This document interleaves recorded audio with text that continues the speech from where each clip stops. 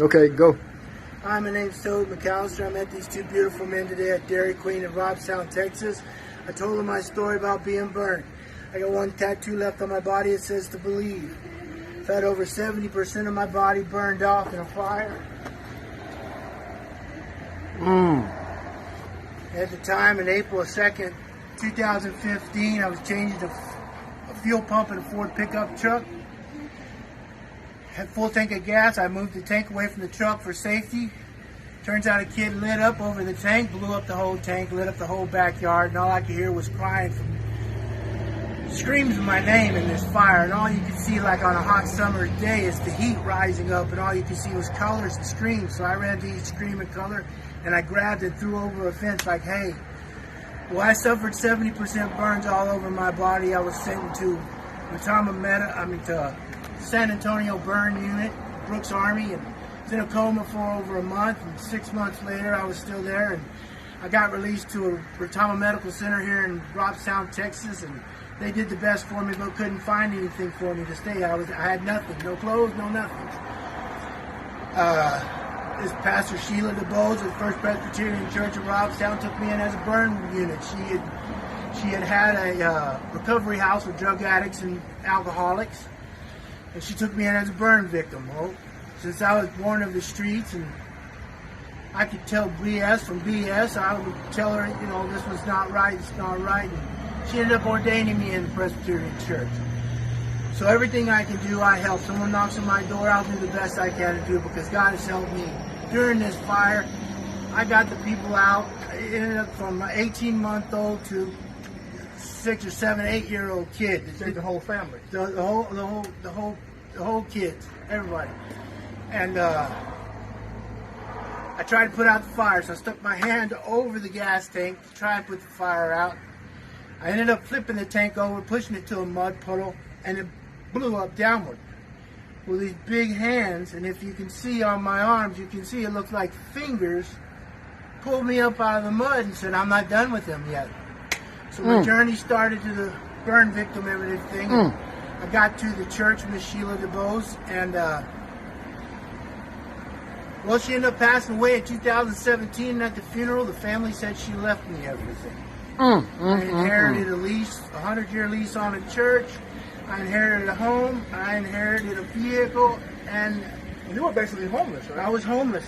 I had nothing. I had two shirts and 2 shorts that Retama Medical Center bought me, and a pair of aqua socks. So I had absolutely nothing. I had no money. I had nothing. But when you have nothing, there's only one way to go. Pick yourself up. Do what you can. So, long story short,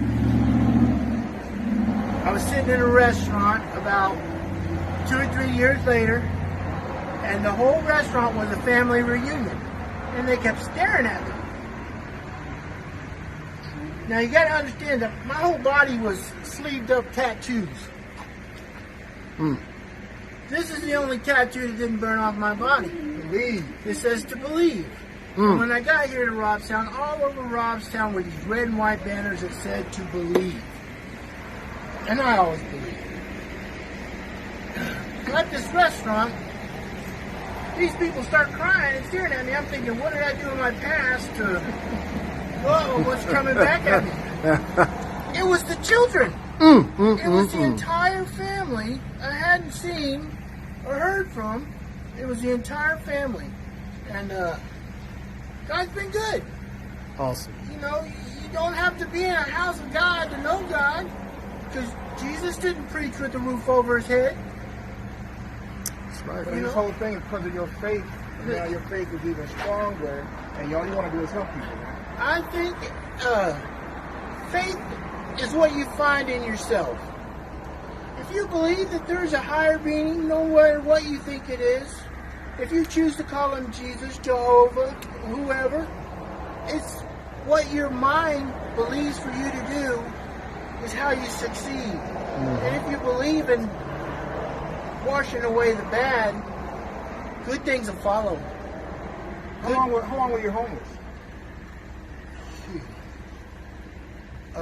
Before I got burned, I was homeless for almost 5 years. And then you got left house, a church, just for doing a good deed. The whole 9 yards. On our podcast, man, the 3F podcast is called Faith, Family, and Fatherhood.